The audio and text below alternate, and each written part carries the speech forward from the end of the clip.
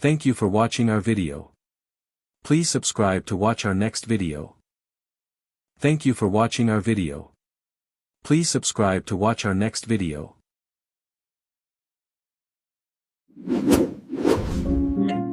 Thank you so much for watching. Subscribe to Black Jewelries and join us for more powerful Security. Adrian Calloway had not walked through the doors of Calloway Tower in 5 years. Security. She stood across the street on a gray Chicago morning, the wind pulling at the hem of her plain black coat, and she looked up at the 52 floors of steel and glass that carried her name. Security. The letters above the entrance were brushed silver, 11 feet tall, catching the weak November light. Security.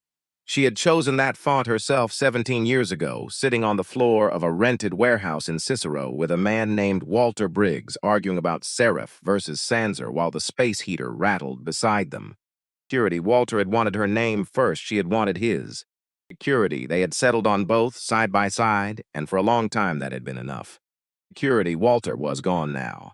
Pancreatic cancer had taken him 4 years ago in March, quietly, the way he did most things, and in his last clear week he had held her hand and made her promise something. Security. Let them run it, Adrian. I built a good team. Security. You've given this company everything you have. Go live. She had kept that promise. Security. She had stepped back from daily operations, kept her 53% controlling stake, and poured herself into the Calloway Briggs Foundation, funding trades, scholarship schools, and hospices for kids in neighborhoods that looked like the one she'd grown up in. Security. She had trusted, and 3 weeks ago that trust had cracked open. Security. The email had arrived on a Tuesday at 11:52 p.m. from an address with no name attached, only a string of numbers. Security. The subject line read, "They think you forgot." Inside were internal financial statements that did not match the versions presented to the board in September. Security. There were memos discussing a sale of Solara Dynamics, the clean energy company she and Walter had built, from nothing to Corvus Petroleum, a fossil fuel conglomerate with a market cap of $31 billion. Security. The email ended with a single sentence, "They think you'll never come back." Security. They're wrong. Adrian had spent 19 days verifying every document. Security. She had a forensic accountant she trusted absolutely go through the numbers line by line. Security. Every signature checked out, every account number matched. Gregory Ashford, the CEO Walter himself had mentored, and Marcus Doyle, the chief operating officer, were prepared to see Solara Dynamics to its soared $2.8 billion below its true market value. Security. In exchange, financial records showed each man would receive private equity stakes in Corvus worth a combined $184 million. Security. It was not just a bad deal, it was a betrayal engineered down to the decimal point. Security. She had not called ahead. She had not announced herself. Security. She had booked a seat on a 15 a.m. flight out of a small airport near her home in Door County, Wisconsin, and landed in Chicago with nothing but a leather folder and a phone. Security. The revolving door of Calloway Tower pushed cold air against her face as she stepped inside. Security. The lobby had changed.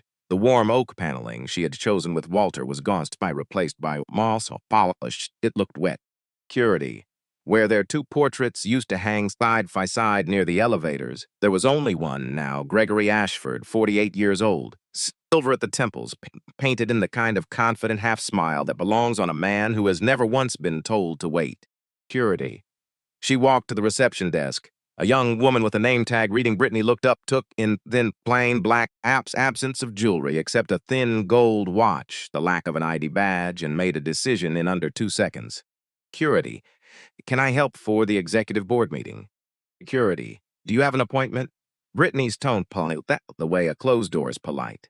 Security. No, I'm sorry, the executive floor requires prior authorization. Security. Who are you here to see? Before Adrian could answer, a woman appeared from the elevator bank, mid-30s, sharp brown eyes, a tablet clutched against her chest like a shield. Security. Her badge read Sophia Reyes, executive assistant. Is there a problem? Security. This woman says she's here for the board meeting. Security. No appointment. Sophia turned to Adrian, and there was no recognition in her face at all. Security. Why would there be? Sophia had joined Solara 2 years ago, long after Adrian Calloway had faded into the company's old paperwork, a name on a plaque, instead of a person in the building. Security. Ma'am, the board is in a private session. If you'd like to leave your information, someone will follow up. Security. I'll wait, Adrian said. Sophia hesitated, then gestured toward a row of chairs along the glass corridor leading to the executive wing. Security, you can sit there, it might be a while. Security, Adrian sat. The leather was cold through her coat. From where she sat, she could see straight through the glass wall of the main boardroom. Security, 14 men sat around a long walnut table. At the head of it, Gregory Ashford gestured toward a screen behind him where a logo glowed in dark green. It's hers, Corvath Petroleum. Security. She checked her at 10:41 a.m. Employees moved past her in both directions, without a second glance, the particular blindness people reserved for someone who does not appear to matter. Security. A black woman sitting alone at the executive wing's missed escort. Security. Through the glass, Ashford laughed at something Doyle said, the easy laugh of a man who believes the game is already won. Security. 10:43 a.m. Memory surfaced, unbidden and complete. 17 years earlier, the same partnership, a different building, a cinder block warehouse with a leaking roof, she and Walter sitting cross-legged on the concrete floor because they had sold the folding chairs to make payroll that month. Security, a cardboard box of cold pizza between them. Walter, 26 years old and certain of everything, telling her, this company will belong to whoever creates the value, Adrian. Security, not to whoever looks the part. And what happens when people forget that? She'd asked him. Security, then you remind them. That's why I need you in the room. Security, 10:45 a.m. Sophia Reyes walked past again, glanced at Adrian with an expression that might have been pity. Security, poor thing, doesn't she know she's wasting a morning? 10:47 a.m. Security, Adrian stood up, but there were 2 roads in front of her. Security, she could leave, call her attorneys, and spend the next 8 months fighting this in court, while Ashford and Doyle finished the deal and disappeared with their money. Security, or she could open that door and remind 14 men who had built this tower in the first place. Security, she had spent her entire life being underestimated as a girl in a school district that funded her classroom with expired textbooks. As a young engineer, in rooms, professors addressed every question to Walter and never to her. As a founder watching people's eyes slide past her toward the nearest white man in the room. Security, she had learned slowly and at great cost to use that underestimation the way a locksmith uses a small tool in a dark lock. Security, let them believe you are nothing, and when they are not looking, take back everything they assumed was already theirs. Security, she straightened her coat. She walked to the boardroom door and put her hand on the handle. Security, the door swung open and every head in the room turned.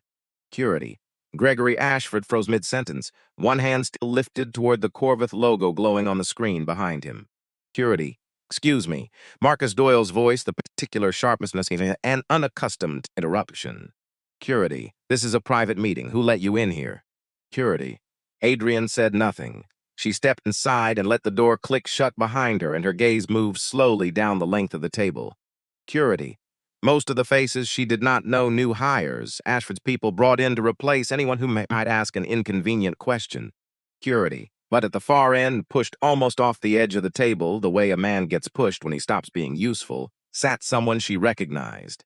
Security, Daniel Pierce, general counsel, one of the 6 employees who had been there since the warehouse days.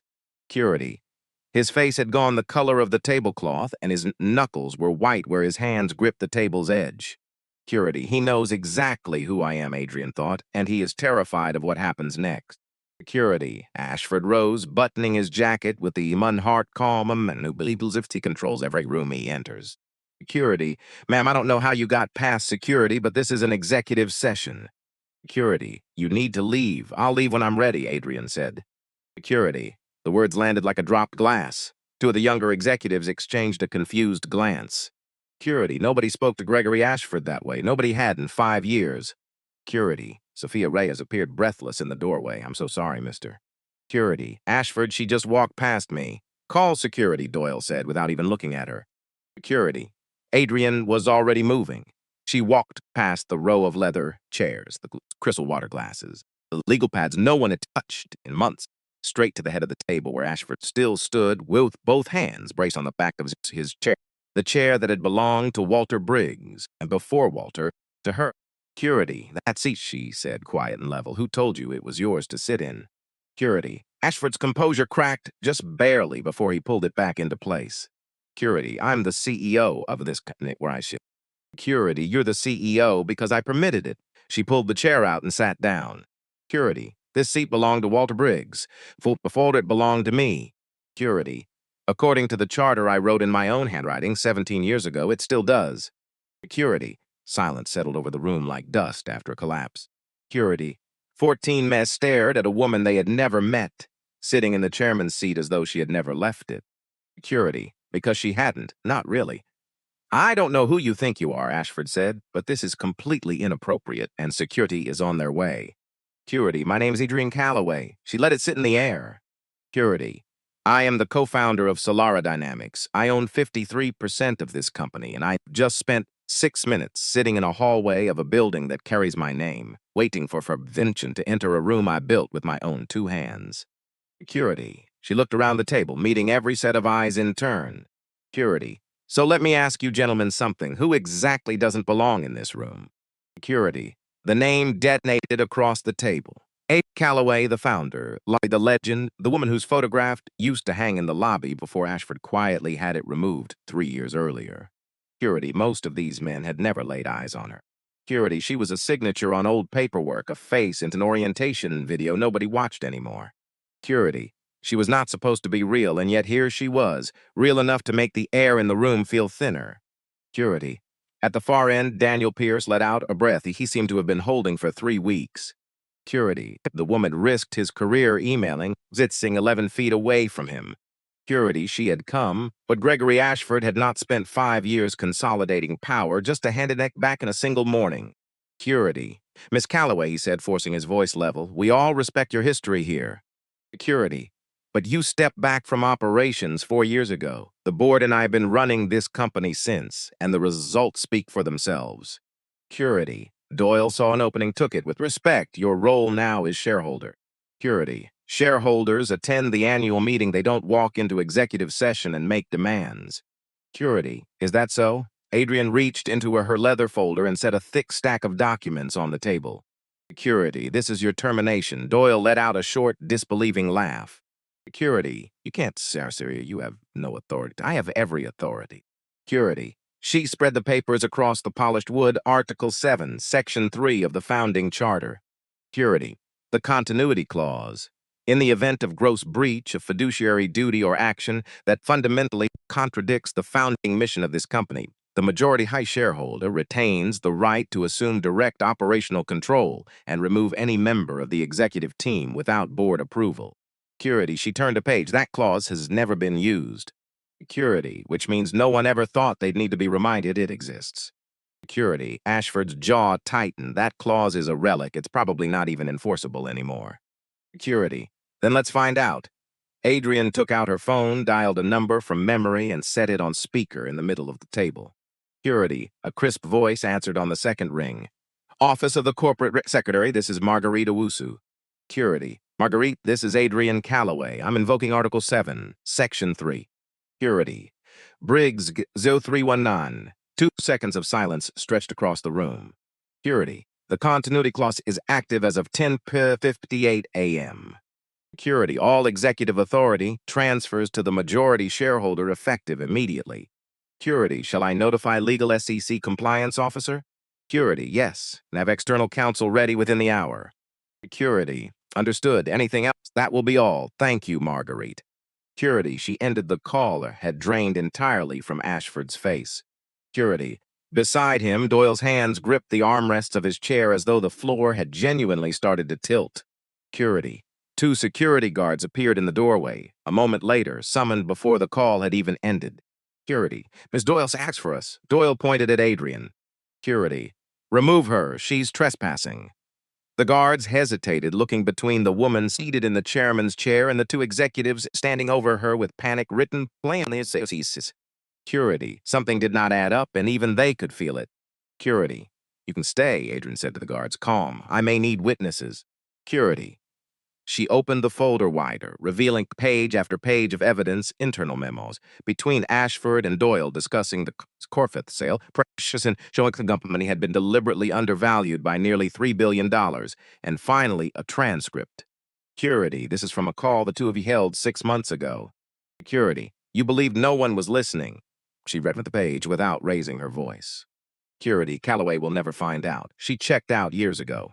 Security, this company is ours now. Doyle's face twisted. Where did you get that? Security, that's legal. It won't hold up in court. Maybe not in court, Adrian said. Security, but it holds up perfectly well in this room. Security. She looked around at the rest of the table, at the executives who had sat in silence while their leadership sold off a company built to save the planet to an oil conglomerate. Security. Did any of you ask why we were selling to a fossil fuel company? Security. Did anyone question it at all? No one answered. Security. Some studied the table. Only Daniel Pierce had held her gaze, and in it she saw something close to gratitude. Security. Adrian stood, both hands flat on the wood, and leaned forward. Security. Gregory Ashford, Marcus Doyle, you are terminated, effective immediately for breach of fiduciary duty and conspiracy to defraud shareholders. Security. Security will escort you from this building within the half hour. Security. Your system access has already been revoked. If either of you removes so much as a single file, you will be prosecuted to the full extent of the law.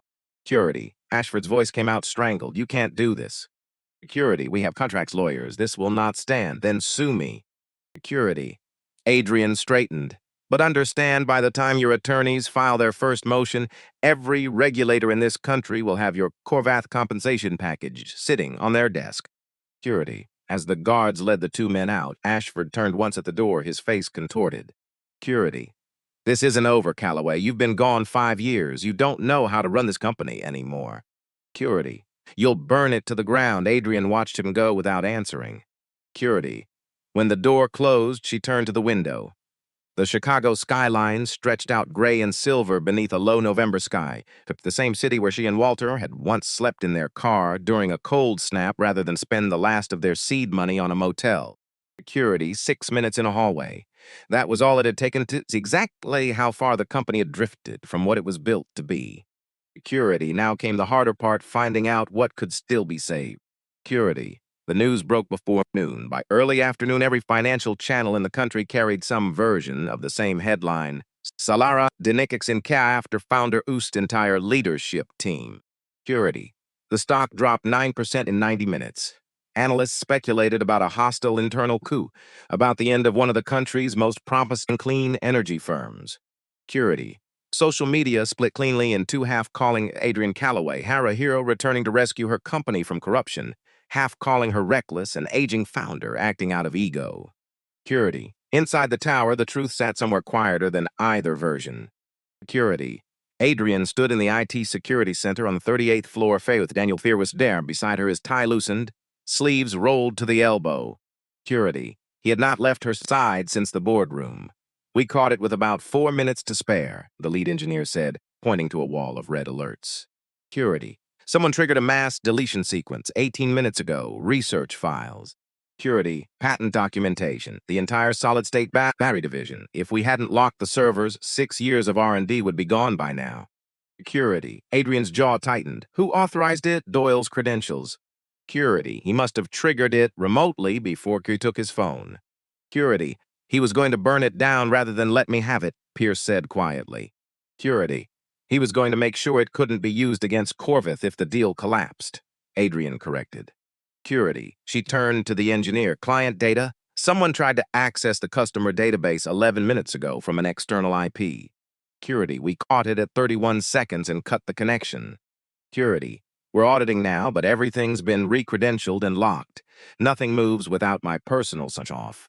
Security. Good. I want a full audit of every file accessed, copied, or deleted in the last 6 months. Security. Every employee with administrator access, not us, just the executives. Security. She walked out into the hallway. Word had already spread through the building. Security. Employees clustered in 2s and 3s near the coffee stations, phones out, refreshing headlines, wondering if they still had jobs by Friday. Security. Sophia Reyes was waiting near the elevators, and she looked different from the woman who had greeted Adrian that morning. The polish was gone, replaced by something more uncertain, more honest. Security. Mrs. Calloway wanted to say something if you have a minute. Security. Adrian stopped. Yabu, an apology, Sophia said. Security. This morning I looked at you and decided in about 2 seconds that you didn't matter enough to ask your name. Security. That's not about not recognizing you. That's about what I decided before I even tried to find out. Security. She met Adrian's eyes. I've been sitting with that all day. Security, how many times I've done exactly that to people I didn't bother to look at twice. Security, Adrian studied her for a long moment. This woman was not the villain of the story.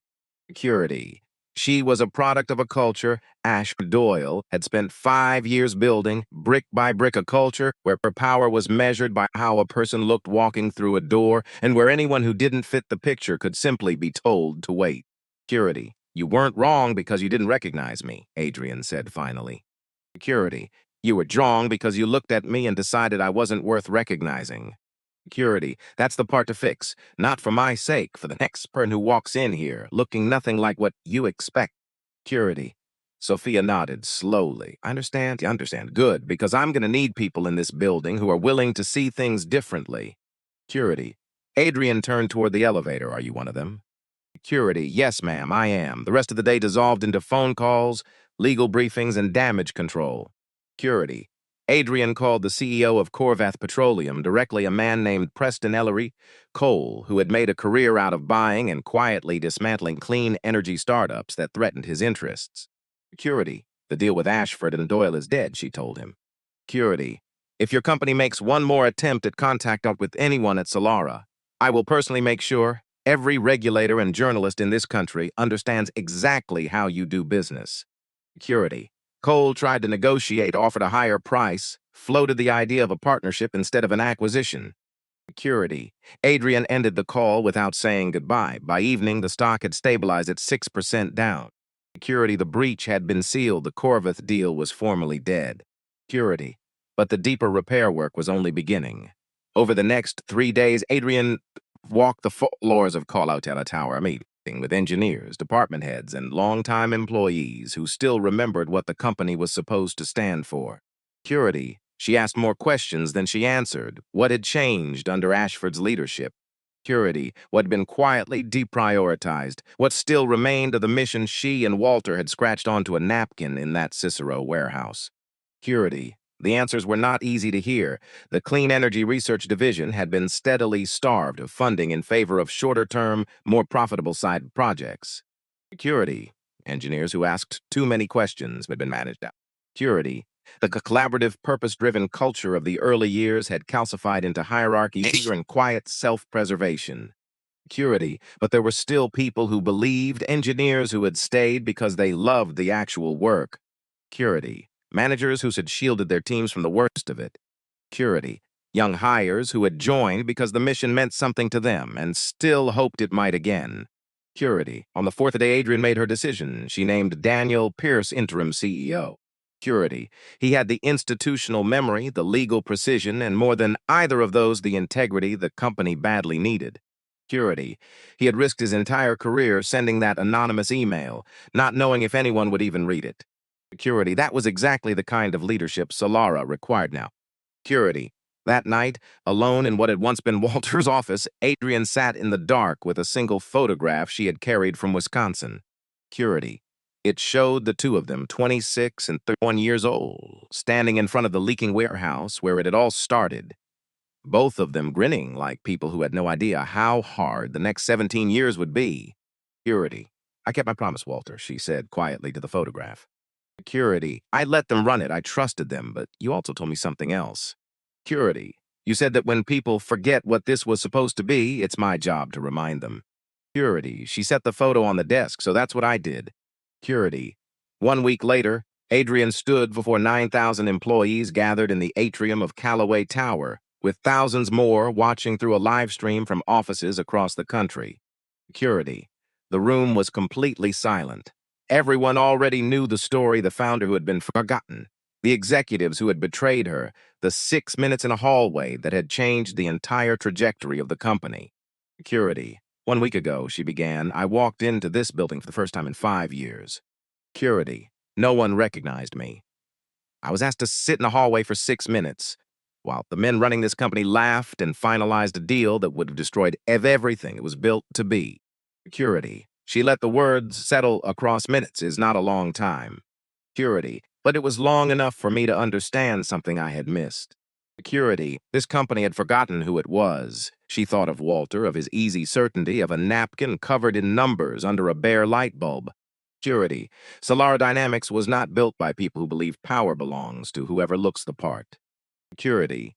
It was built by a white kid from Bozeman, Montana, and a black girl from the south side of Chicago. Nothing in common except one belief that what you create matters more than what you look like when you create it.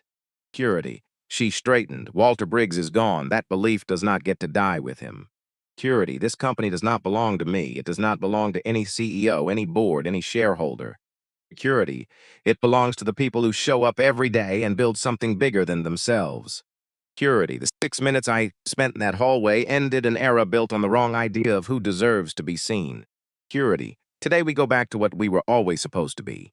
Security. The applause started slowly, then rose until it seemed to shake the glass walls of the atrium. Security. Adrian did not smile. She simply nodded once and stepped back from the podium. Security. The real work was only beginning. 1 month later, the stock had not only recovered but climbed 4% above its pre-crisis level. Security. Daniel Pierce was confirmed as permanent CEO. The leadership team was rebuilt, ample people chosen for competence and integrity rather than proximity to power. Security, and in the lobby of Callaway Tower, a new photograph went up on the wall where the marble had stood bare for 3 years. Adrian Callaway and Walter Briggs, 26 and 31, standing in front of a warehouse in Cicero. Security beneath it, a small brass plaque read, founded by Adrian Callaway and Walter Briggs, 2009. Security, built on the belief that value has no color and dignity is never optional. Security. Adrian was crossing the lobby one afternoon when a young woman stopped in front of the photograph, maybe 23 years old, wearing an employee badge.